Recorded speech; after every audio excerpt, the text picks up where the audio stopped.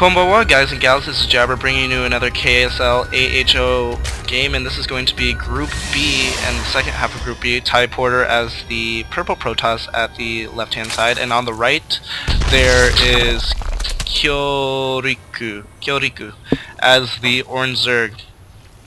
And this is actually a live cast, so I have no idea what's going to go on, but it should be a good game here.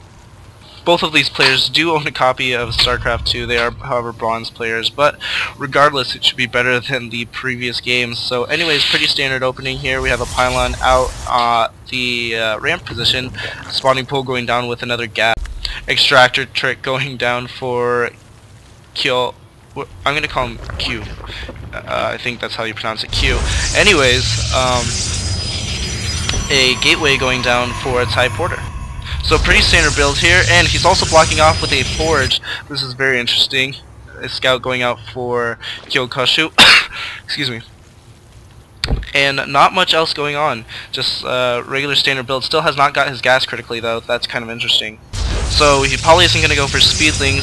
Similar being built at kind of the appropriate time. This is a little bit build. I'm not really familiar with the forge gateway builds, but I guess that's pretty standard for that kind of thing. Usually people go forge gateway into things like warp gates, which is really annoying. They just block off the ramp, get a few cannons up, and they're able to defend that. Although in the higher tiers it's a lot harder to go for mass void, just for the simple fact, oh, and it's not even a full block there. That drone gets through, he's going to see exactly what's going on, and this is going to be a little bit bad for typorter here. Cybernetics core as well as a cannon going down, so he is probably going to go for void rays is what I'm going to be expecting. And a few zerglings out for Kyo, and he's going to be able to do a run by very easily unless they plugs that gap. I think there's still a gap right in that area, which is, you know, I think he probably would be wise to plug it. He probably thinks that he's okay with these two cannons rather.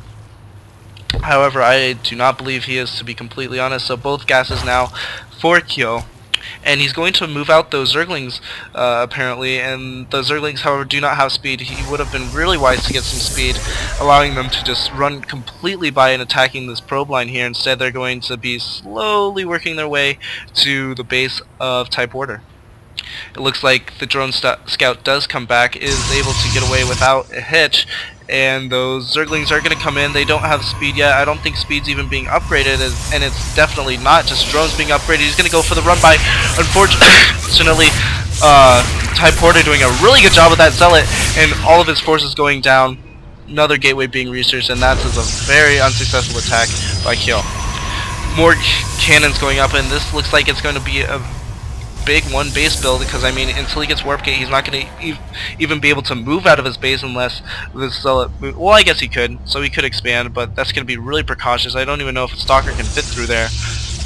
Anyways, all the overlords above that hatchery, but more drones coming out and not a lot going on.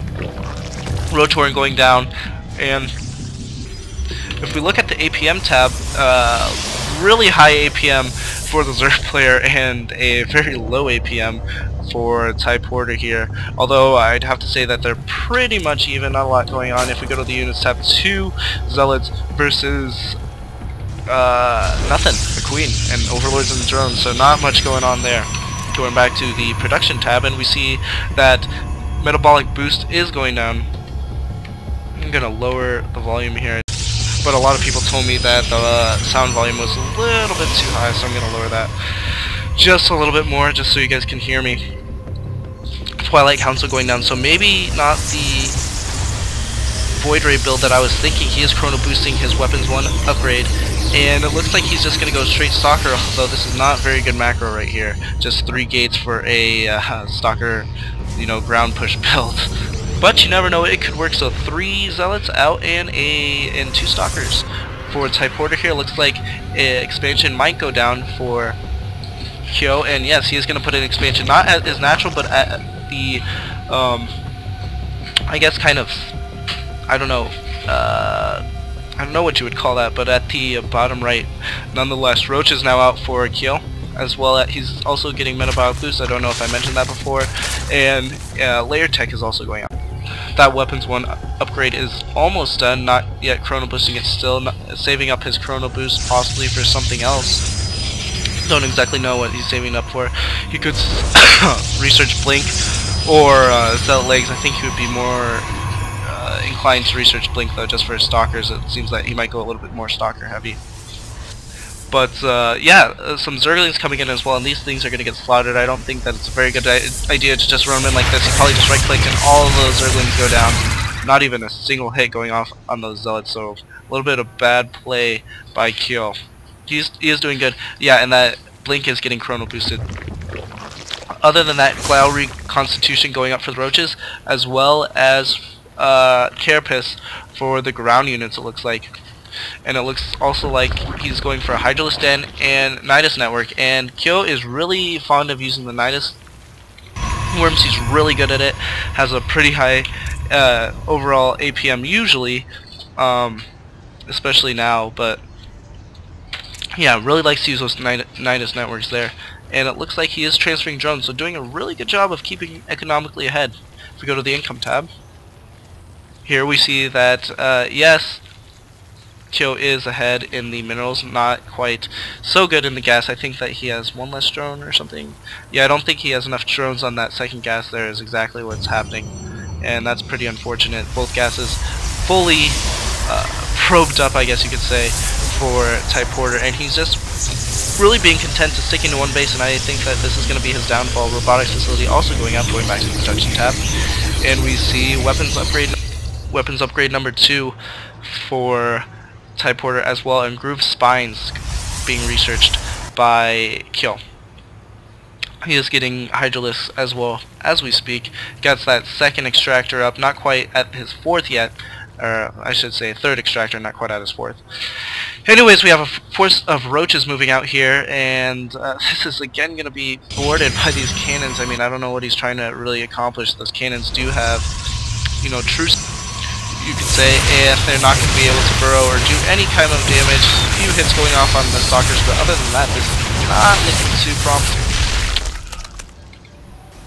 We also have weapons to almost, I guess, 5/8. I don't know why I said 5/8, but yes, 5/8 of the way full, and 24 Zerglings, so he's going really fast Zergling, and the typorter is going to be pushing out here, going to build another you know, base, and he's going to pick up his natural expansion, and that's going to be good.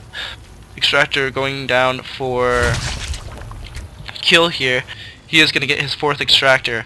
A little bit of a small force here, about 24 Zerglings and about 4 Hydralisks. Not going to be enough to stand this force at all right here, and I think that typorter is actually very far ahead right now. I think Kyo needs to pick up another base or do something, because he just doesn't have the unit composition to really do anything, and I don't really know what he's spending all his money on. He's spending a lot of his money on upgrades, but unfortunately, oh, and a Nidus Worm. I don't know where that Nidus Worm's popping out right here, so he can, the Nidus Worm's popping out right here, so he can transfer his units from one base to the next, which is a pretty smart move here. It looks like typorter's going to move in, possibly for an engagement here, possibly going to try to blink up the side. Probably not. It looks like he is not building anything correctly. I guess I could have just looked at the production. Not going to build anything at that robotics facility. Stalker's going to be moving in.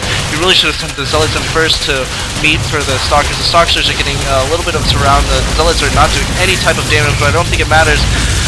Well, maybe it does matter. The Zerglings do have speed, and it looks like blinking up. That's a really bad decision. I don't know why he did that. Those Stalkers are all going to go down. These Hydralisks are going to be able to pick off all of these Zealots because they don't have charge or anything, and Kyo is able to defend that attack. And so Kyo is able to defend that attack. I really think Kyo needs to do something pretty quick, because now that second base is up for Ty, and really as a Zerg you want to be up one base against your opponent, unless they are Zerg of course, and then DBZ is just a whole nother game. But that's really what you want to happen, at least in Starcraft 1. Starcraft 2, you know, you can be close to the same base, simply because you do have that spawn larva, and you can get out drones pretty decently quick. But also at the same time, and it looks like he is spotting for a Nidus Worm. Excuse me guys, I'm a little bit sick here. But hopefully the Night Swarm is going to come out here. There's not going to be anything that is going to stand between him and the probes and that Nexus. So doing a good job of scouting with his Overseer here, and not a lot else building more Hydralisks, and it looks like a robotic support is going down for Ty, so he's going to probably be getting some Colossus soon. Looks like weapons 2 is being upgraded, or I guess missile attack 2 being upgraded by Kyo, and a Night Swarm is going down in his base, and this is exactly what I'm talking about, guys. Kyo just loves to use the Night Swarm, and this is going to be really to the dump. Night Swarm popping up. Rise was talking in one of his videos about how much he loved that sound, but now the Hydralisks are moving out, and this is going to be ridiculous. They're going to do so much damage to the main, and if we look at the APM's still relatively high, 0 for a little while there. But anyways, oh my gosh, all of these forces are just pummeling out of this Night Swarm. This is going to be epic. And here it goes. The Zerglings go in, the Hydralisks are attacking the Assimilator. The Zerglings are attacking the cannon. The cannon goes down. They're going to be attacking the other cannon, but they're going to be thwarted. The Nexus is going to go down. The Zealots have Zealot legs now. They have charge, and this is going to be a huge engagement. This is going to be possibly GG. There's Hydralisks. There's so many Hydralisks, and this just reminds me of Bisu versus Jadong. Bisu versus Jadong, the first game that I ever saw, and Moltrap saying, there's too many Hydralisks, there's just too many Hydralisks, when Bisu looked like he was about to come back, and again, it looks like Jadong, the Zerg, has beaten Bisu the toss, although definitely not up to epic proportions like that, but it just looks like there's too many Hydralisks, and more forces should be streaming in. He has 14 more Hydralisks being built, and this is just definitely going to be GG. He needs to kill that Colossus, though. That Colossus does tons of, but he is able to pick out the Colossus, and these warp gates are going down, everything's going down, and that's a GG, folks. So typorter is in the losing bracket, and Kyo is in the winning bracket. GG.